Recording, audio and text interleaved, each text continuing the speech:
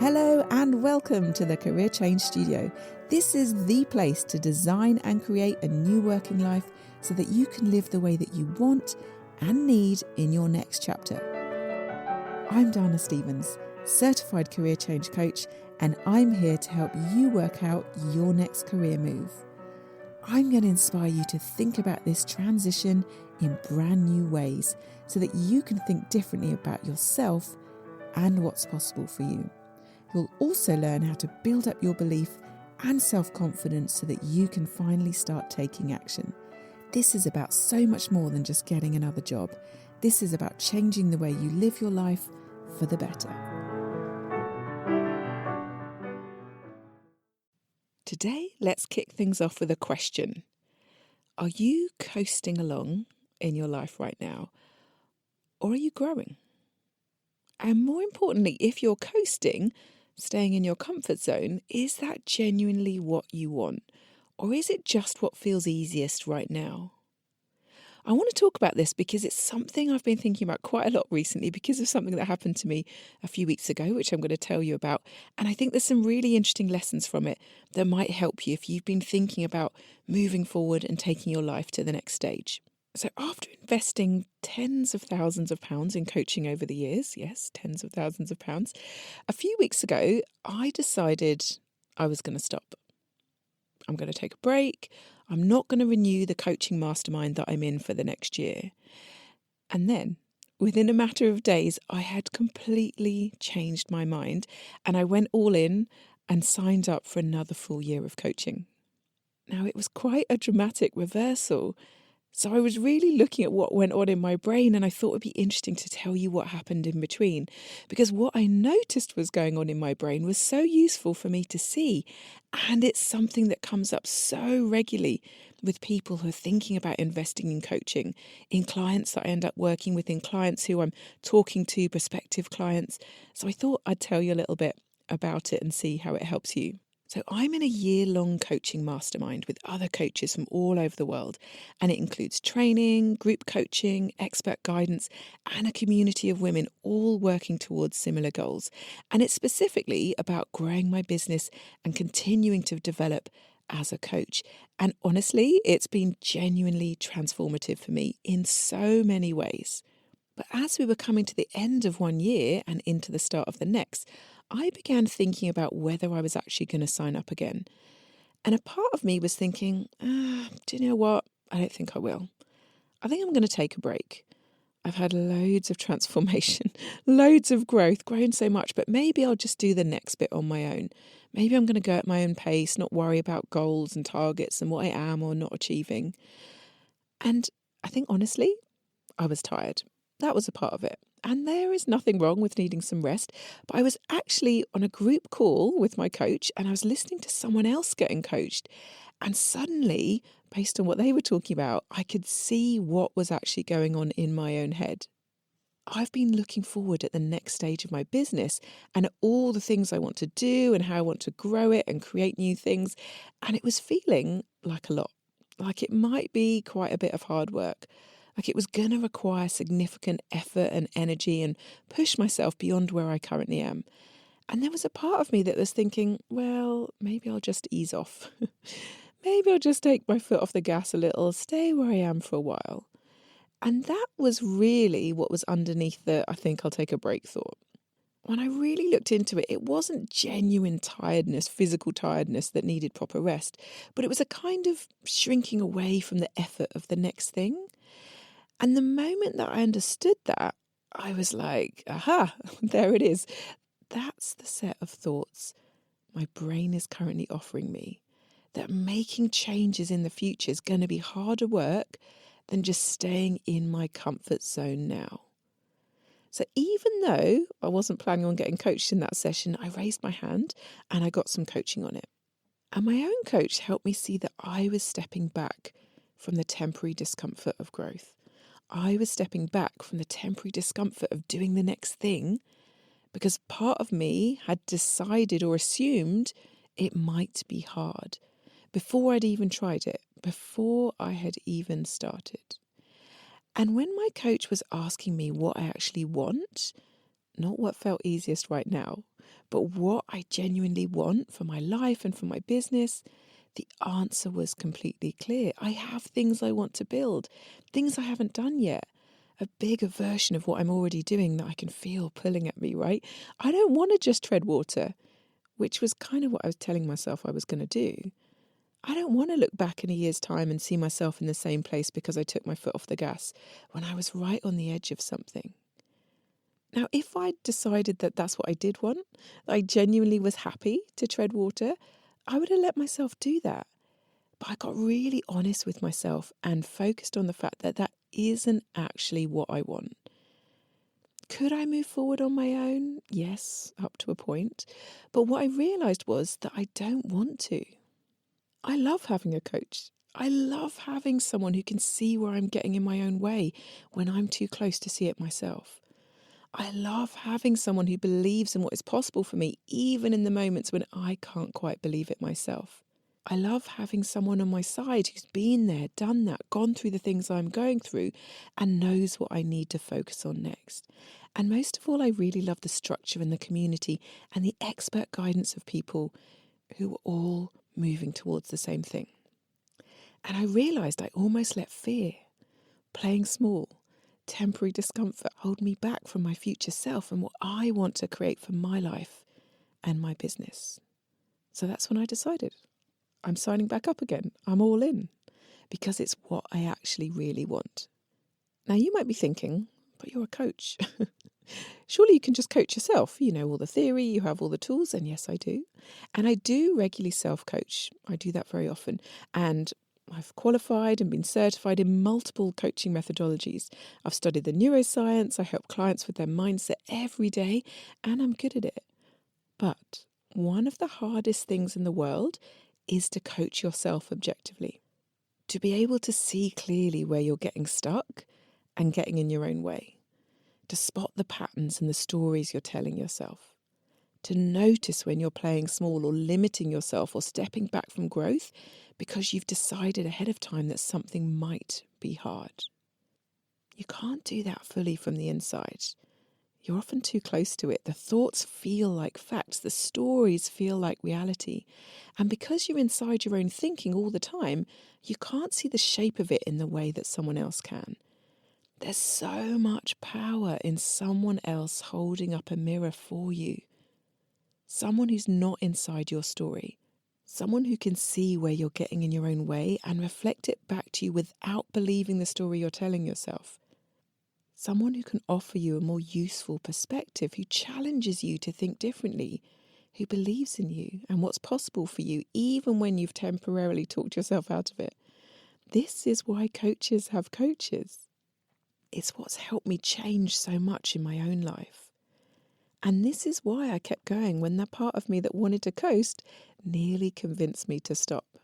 So if you are someone who's been hovering on the edge of investing in coaching and pulling back every time you get closed, this might be helpful.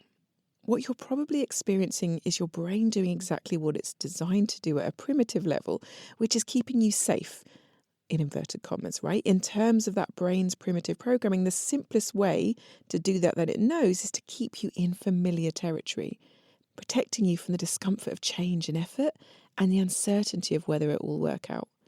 And your brain is really good at dressing this up as pragmatism, as responsibility, as a sensible amount of caution. Maybe now isn't the right time. Maybe I should wait until things are more settled. Maybe I can figure it out on my own. Maybe where I am isn't so bad, really. These thoughts at the time can feel like wisdom. They feel like you being careful and considered. But they're almost always your comfort zone talking. And that's usually focused on the right now and not your actual judgment about what is right for you in the long term. Whenever you are on the cusp of doing something that matters, something that could genuinely move your life forward, your brain tends to get louder. The resistance arrives precisely because the thing has significance. If it didn't matter, if it wasn't going to change anything, your brain would be much quieter about it. So the fear itself, the resistance, the sudden sense that maybe you're fine where you are, that can actually be a signal worth paying attention to, not as a signal to stop, but a signal that you might be right on the edge of something important. For me, it was really useful to have my coach ask me to consider the cost of stepping back. And I was so grateful that she did, because it really helped me make a decision I feel great about now. Because when you decide not to invest in coaching, it can feel like the safe option, like you're protecting yourself, like you're being responsible with your money and your energy. But what does the alternative actually look like? Another year of going round in circles on your own. Another year of carrying the same questions, the same uncertainty, the same weight of a working life that is not quite right, and the sense that something needs to change, but you're not sure what or how. Another year of treading water when you want to be moving forwards. That isn't free. That has a cost. In time, in energy, in the life that is not being lived while you're in the holding pattern. And here's the thing that my own experience taught me. What is actually hard is staying stuck. Wanting to be in momentum, wanting to be growing, moving forwards, and becoming the version of you that you can really feel pulling at you, and then not doing it. Honestly, that is the hard thing. That's the thing that drains you. I want you to really think about how hard it feels now to be stuck, how much mental energy that takes to go round and round in circles, constantly thinking about what you should be doing, wishing things were different but not doing something about it. I know how that feels, and it can be genuinely exhausting. And the thing that you think might be difficult, if it's leading you towards where you actually want to go, is often energizing rather than draining.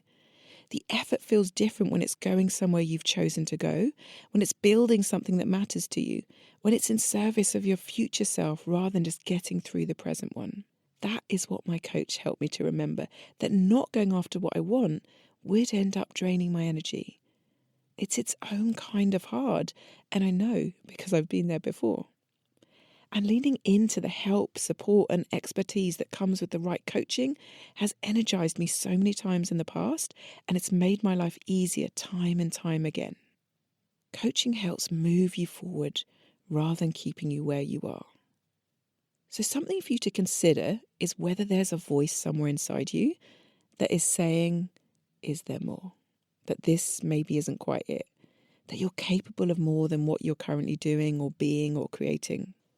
That the life you want, the working life that actually fits you, is out there and you haven't found it yet. Now for you, it might be a loud voice, something you hear all the time and keep finding reasons to ignore. Or it might just be this little whisper, quieter now than it used to be, because you've been pushing it down for so long. Maybe it's tentative, but still there. Still showing up at unexpected moments. Still pointing you in a direction you've not allowed yourself to go in. That voice is worth listening to. I really believe it is. Not because it always knows exactly what's going to come next, not because it has the answers, but because it knows that where you are right now is not your whole story. And because ignoring it has a cost that's so easy to miss in the short term, but really hard to miss in the long term. What would it mean to you to actually listen to it? To take it seriously enough to get proper support for what it's pointing you towards? To stop waiting for the fear to go away, which it probably won't do before you start, and just begin anyway and learn how to move forwards with the fear. You don't have to have it all figured out before you start. You don't need to know exactly where you're going or how you're going to get there yet. You just have to decide that the voice is worth following and that you would rather find out what's possible than spend another year wondering. So if you've been hovering, waiting, here's what I want to leave you with. The fear doesn't mean don't do it. In fact, the fear is showing up because it means exactly the opposite. It might mean that you are standing right on the edge of something that really matters to you. And you don't have to do this alone. You don't have to keep going round in circles, trying to figure things out on your own, trying to figure out what you want and how to get there. I know what it's like to be where you are, and I can help you get there so much more quickly and with so much less struggle than doing it by yourself. And the version of you that you're trying to become, the one who is doing work that fits their life, the one who's putting their life first, the one who's not dreading Monday mornings, who's actually using what she's capable of. She's not waiting on the other side of something impossible. merely waiting on the other side of a decision. So if you want to talk it through, come and have a free consultation with me. Bring the fear, bring the doubts, bring the, I'm not sure if this is ever going to work for me. That's exactly what the conversation is for. The link to book a consultation is in the show notes, and I'm going to see you next week. So thank you so much for listening. Bye for now.